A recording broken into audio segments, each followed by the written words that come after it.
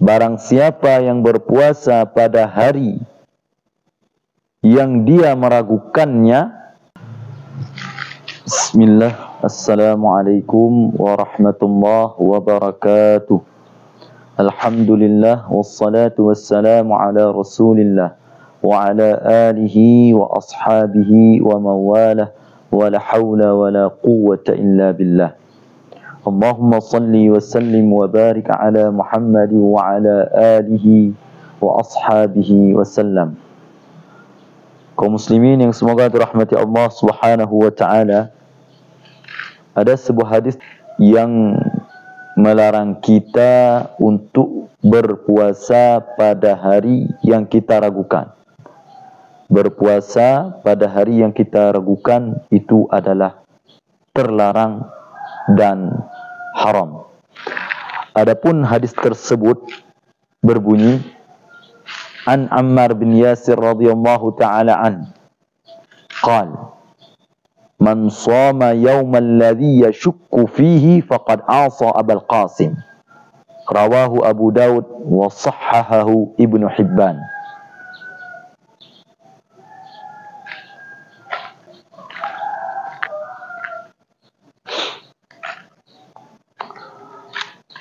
Kaum muslimin yang semoga dirahmati oleh Allah Subhanahu wa taala.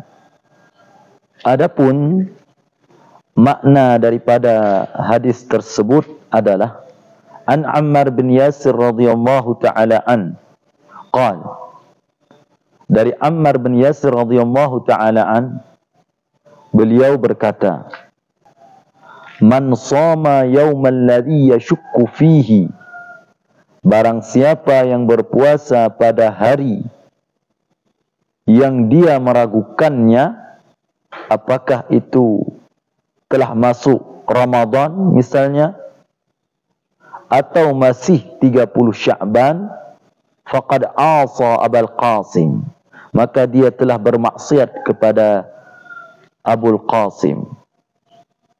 Siapa Abul Qasim? Abul Qasim adalah kunyah Rasulullah sallallahu alaihi wasallam. Rasulullah sallallahu alaihi wasallam punya anak 7. Semua anak-anak beliau sallallahu alaihi wasallam berasal dari ibunda Khadijah bintu Khuwailid, 6 orang. Istri beliau yang pertama sallallahu alaihi wasallam. Sedangkan satunya lagi adalah dari ibunda Maria Al-Qibtiyah. Maria Al-Qibtiyah adalah budak hadiah daripada Muqawqis yang ada di Mesir ketika Rasulullah mengirim surat kepada Muqawqis, yaitu Muqawqis waktu itu penguasa Mesir dan beragama Nasrani. Rasulullah mengirim surat, salah satunya ke Muqawqis, mendakwahkan Muqawqis untuk masuk Islam. Muqawqis membalas surat Rasulullah sallallahu alaihi wasallam dengan mengirim seorang perempuan, yaitu Maria Al-Qibtiyah. Rasulullah sallallahu alaihi wasallam memerdekakannya dan menikahi Maria. Lahirlah anak beliau, yaitu Ibrahim bin Muhammad bin Abdullah bin Abdul Muttalib Al-Qurashi Al-Hashimi. Kaum muslimin yang semoga dirahmati Allah Subhanahu wa taala. Jadi 6 anak beliau yang lain berasal dari ibunda Khadijah bintu Khuwailid radhiyallahu taala anha, yaitu Al-Qasim yang pertama, kemudian Abdullah, kemudian Fatimah, kemudian Zainab, kemudian Ruqayyah, dan yang terakhir adalah Ummu Kulthum. Kaum muslimin yang semoga dirahmati Allah Subhanahu wa taala, karena anak pertama Rasulullah adalah laki-laki yang bernama Al-Qasim, maka Rasulullah dikunyahkan dengan Abul Qasim. Abul Qasim. Kaum muslimin yang semoga dirahmati Allah Subhanahu wa taala.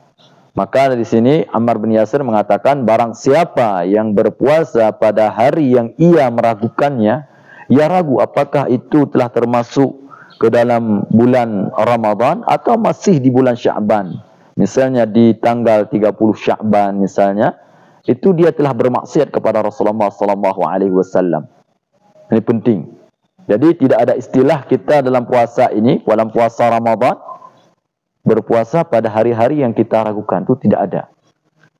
Walaupun sekarang ini ada dua metode. Ada metode hisab, ada metode ru'yah. Kita harus memilih satu jalur, satu jalan yang paling kita yakini. Yang paling kita yakini. Apakah lewat metode hisab atau lewat metode ru'yatul hilal? Yang mana kita yakini, itulah kita pilih. Jangan misalnya metode hisab mungkin lebih cepat sehari, kemudian metode ru'yah lebih lambat sehari karena melihat hilal. Maka untuk kehati-hatian, tapi ditambah dengan keraguan-raguan, kita berpuasa dengan metode hisab. Tetapi yang kita yakini bukan hisab, ru'yah. Ini tidak boleh. Kita harus pilih salah satu. Jangan sampai kita berpuasa pada hari yang kita ragukan. Karena itu kita telah bermaksiat kepada Rasulullah sallallahu alaihi wasallam. Kita telah keluar dari ketaatan kepada Rasulullah sallallahu alaihi wasallam dalam bab puasa. Dalam bab puasa. Dan hadis ini diriwayatkan oleh Abu Daud dan disahihkan oleh Ibnu Hibban rahimahullahu taala.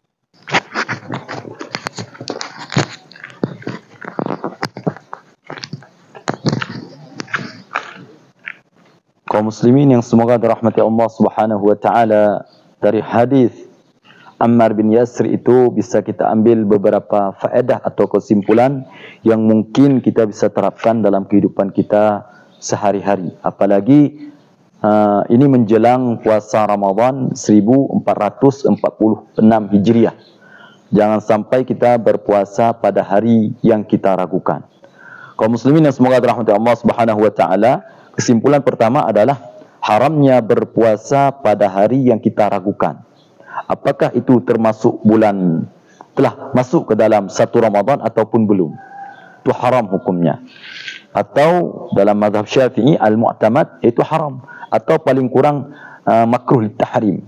Karena ada pendapat juga dalam mazhab Syafi'i, yaitu sebagaimana disebutkan dalam kitab Matan Taqrib, wa yukrahu shaumu yaumi syakki illa aywafiqa adatan lahu.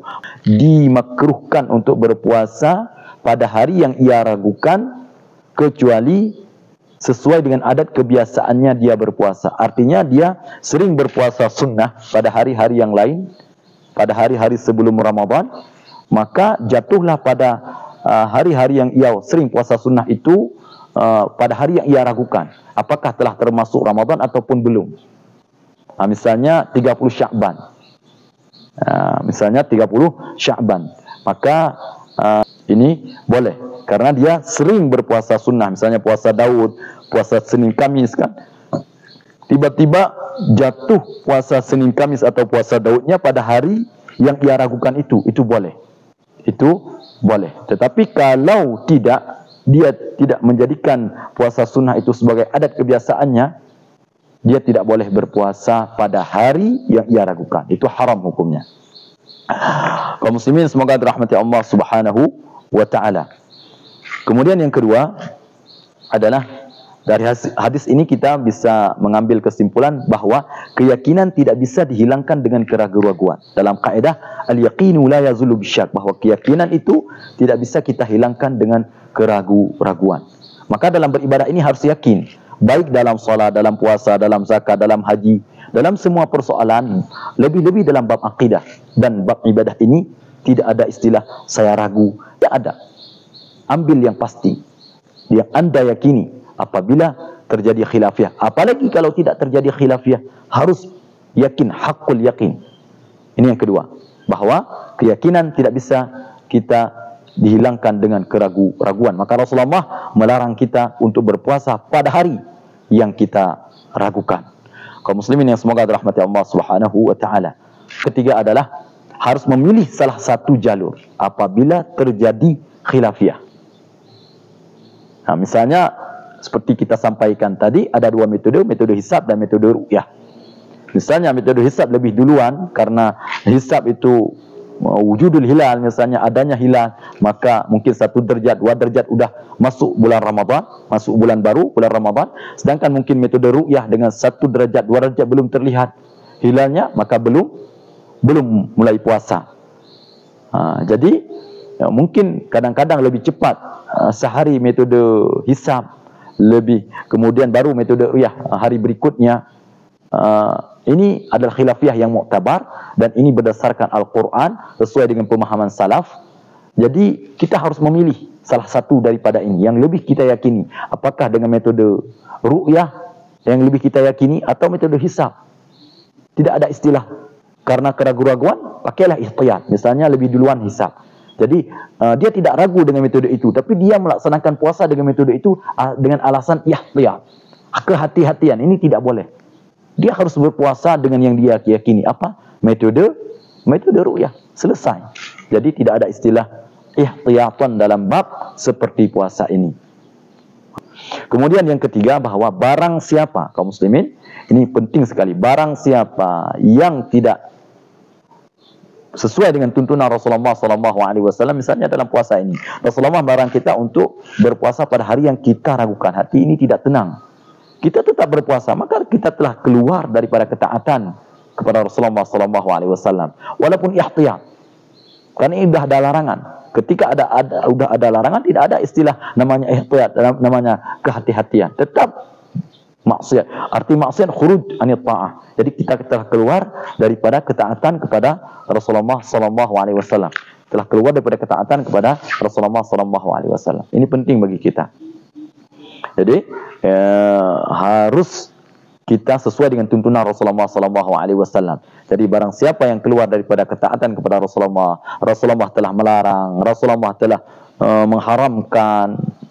Barang siapa yang tidak sesuai dengan tuntunan tersebut, maka dia telah keluar daripada ketaatan kepada Rasulullah. Misalnya juga Rasulullah telah mewajibkan, Rasulullah telah membebankan, tapi dia tidak mau taat, juga keluar daripada ketaatan kepada Rasulullah SAW. Dan ini tidak boleh. Kita harus taat, sami'na wa ata'na. Jangan sampai sami'na wa asaina.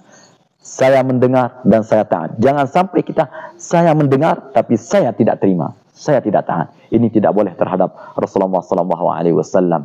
Dan ini musibah kalau kita mendengar tapi kita tidak taat.